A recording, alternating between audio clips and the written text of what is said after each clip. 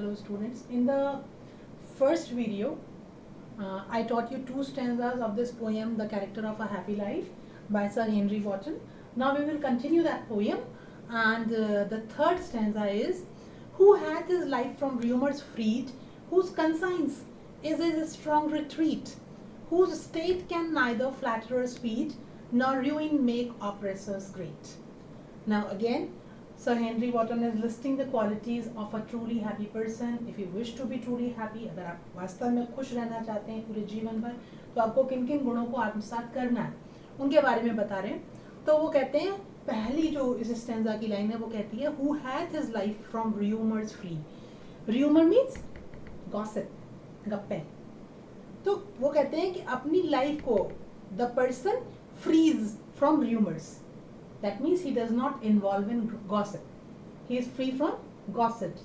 गप्पे नहीं मारता, मतलब दूसरों के बारे में बात करना, उससे वो मुक्त है।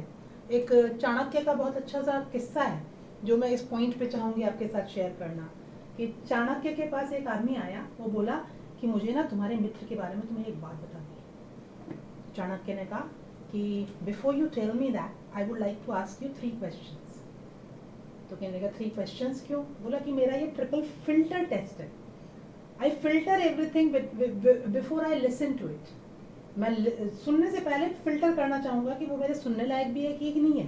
तो उन्होंने कहा कि do you know it is true, ये सच है, ये तुम जानते हो, श्योर हो? तो he said no, I have just heard, मैंने तो बस सुना है। तो उन्होंने कहा अच्छा, तो दूसरी बात मुझे बताओ कि इज़ इट गुड, या मेरे मित्र के बारे में कुछ अच्छी बात है? तो उन्होंने कहा नो इट इज़ बैड, ये तो बुरी बात है जो मैं बताने वाला हूँ। तो उन्होंने फिर पूछा कि तीसरी बात ये बताओ, इज़ इट यूज़फुल, क्या मैं इसे सुनूँ तो इसका कुछ इस्तेमाल है मेरे लिए, मेरे दोस्त के लिए, या किसी के लिए भी अच्छा होगा अगर मैं इस बात को सुनूंगा?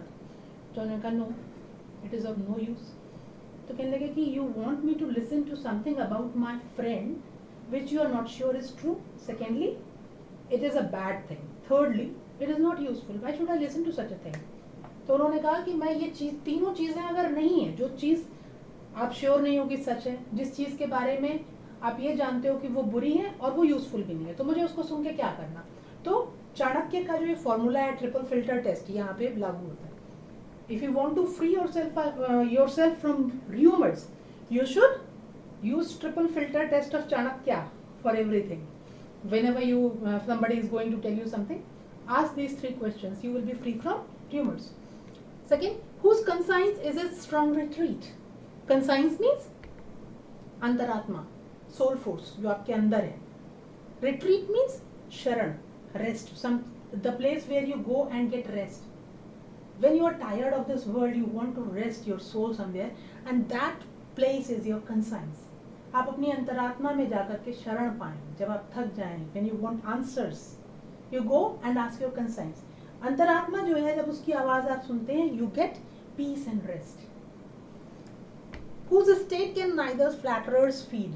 Flatterers means चापलूस. Feed मतलब आपको बढ़ावा दें, आपको मतलब हाई हेडेड बना दें। अगर आप चापलूसों की बातों से प्रभावित होते हैं तो क्या होता है कि you become high-headed person. You think मैं ही हूँ जो हूँ, बस मेरे को तो इतना पसंद किया जाता है, मेरे बारे में तो लोग इतना अच्छा अच्छा बोलते हैं. If you start thinking like that, you become a high-headed person, and your state, your mental state is fed by flattery at that time. Flatterers आपके mental state को प्रभावित कर देते हैं. आप एक vanity बोलते हैं उसको. Vanity means एक घमंड से भर जाते हैं. Nor ruins make oppressors great. Oppressors means somebody who is causing trouble to you. Who is putting pressure upon, undue pressure.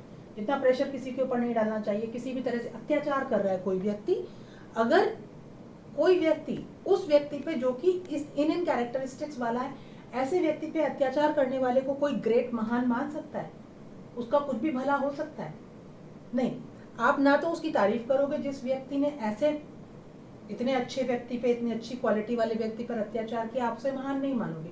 दूसरी चीज, उसका भला हो ही नहीं सकता, क्योंकि वो इतने अच्छे इंसान से दुश्मनी कर रहा है, उसको प्रेशराइज कर रहा है. तो आप अगर अच्छे हैं, if you are acquiring these qualities which the poet is listing here, if you acquire these qualities, you will become a person nobody would oppress because it is not going to do any good to you. उसका कोई भला नहीं होने वाला आपको oppress करने से. अब आते हैं हम अपने फोर्थ स्टैंजा पे.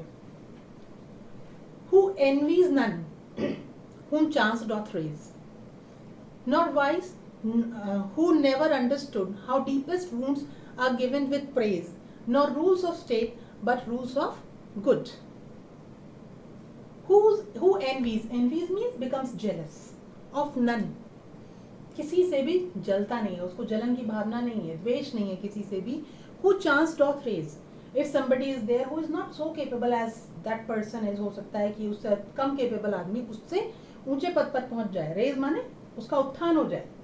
चांस मतलब बाय चांस उसको अवसर मिल गया, एक अपॉर्चुनिटी मिली जिसको उसने अवेल किया and he rises to a position. So the other person, दूसरा उससे एनवी करने लगे कि अरे लो बस चांस मिल गया तो ये उठ गए. तो ऐसा नहीं होता. नॉर वाइस, या वो फाउल मीन्स, वाइस मतलब बुरे साधन.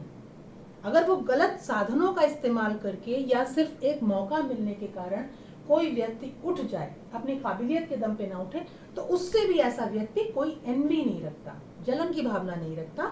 Who never understood, वो नहीं जानता how deepest wounds are given with praise. कि you will meet people who come to you and praise you in your front, means in your face they will come and say हाँ बहुत अच्छा है सब कुछ, and then when you come to know from other people, they are not talking good about you, they are talking ill about you, they are trying to harm you. So मुंह में राम बगल में छुरी.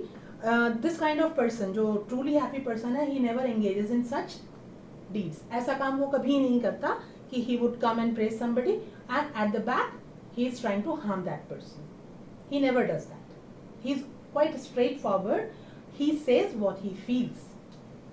No rules of state but rules of good. He does not need rules made by government to be good. He is good. He knows what goodness is, what righteousness is. He follows those rules which make him good. He is truly a free person. I read somewhere, what is freedom? What is freedom rightly understood? A universal license to be good. Freedom क्या है, स्वतंत्रता क्या है? Rightly अगर सही अर्थों में आप देखें कि स्वतंत्रता क्या है, कि एक यूनिवर्सल लाइसेंस, एक सार्वभौमिक लाइसेंस आपको मिल गया है गुड होने का, अच्छे होने का. आप अच्छा आचरण करें, बस इसका आपको लाइसेंस मिला हुआ है. आप सबके साथ अच्छा व्यवहार करें. तो वही यहाँ पे लिखा है कि he follows the rules of good out of his own free will. He does not need rules of state, rules made by government to be good. अच्छा बनने के लिए उसे गवर्नमेंट के नियमों की जरूरत नहीं है. He is good by nature. Now we have done 4 stanzas. We shall be doing stanza 5 and 6 in the next video. And before that, let us see the rhyme scheme of these stanzas also. Now I told you the sound is given a letter, is assigned a letter as a symbol. Freed, this eed sound is given a.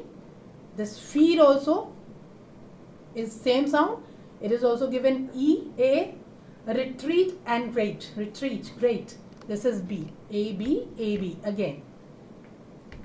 Now fourth paragraph, fourth stanza. Chance doth raise, raise a, praise a. Understood b, good b. Again the rhyme scheme is in both the stanzas is a, b, a, b. Hope you are enjoying the lesson. Continue with me in the next video. We will finish this poem in the next video. Bye for now. Thank you.